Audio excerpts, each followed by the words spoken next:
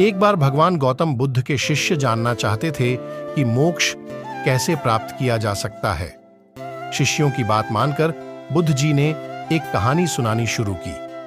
यह कहानी थी एक जल्लाद और भिक्षुक की। किसी राज्य का मुख्य जल्लाद, जिसने बहुत से गुनहगारों को दंड दिया था, अब वह रिटायर होकर राज्य से बाहर एक कुटिया बनाकर जीवन व्यतीत कर रहा था।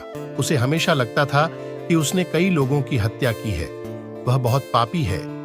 एक दिन उसके दरवाजे पर किसी की आवाज आई। उसने बाहर जाकर देखा तो एक भिक्षुक खड़ा था। जल्लाद के मन में आया कि जिंदगी भर तो मैंने हत्याएं ही की हैं, आज मौका मिला है कुछ पुण्य कमाने का, तो इसे गंवाना नहीं चाहिए। उसने भिक्षुक को अंदर बुलाया और अपनी खाने की थाली उसे दे दी। भोजन करके भिक्षुक ने जल्लाद से बातचीत शुरू कर दी। जल्लाद ने भिक्षुक को अपने जीवन की सारी कहानी सुनाई। जल्लाद की वेदना सुनकर भिक्षुक ने पूछा कि क्या तुमने वे जीव हत्याएं अपनी मर्जी से की थीं? जल्लाद ने कहा, नहीं, मैं तो बस अपने राजा की आज्ञा का पालन कर रहा था। तब भिक्षुक ने कहा, तब तुम अपराधी कैसे हुए? तुम तो अपने राजा के आदेशों का पालन कर रहे थे।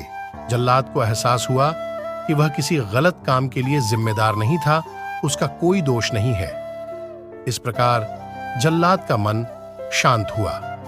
फिर भिक्षुक ने जल्लाद को उपदेश दिया और उससे विदा ले ली।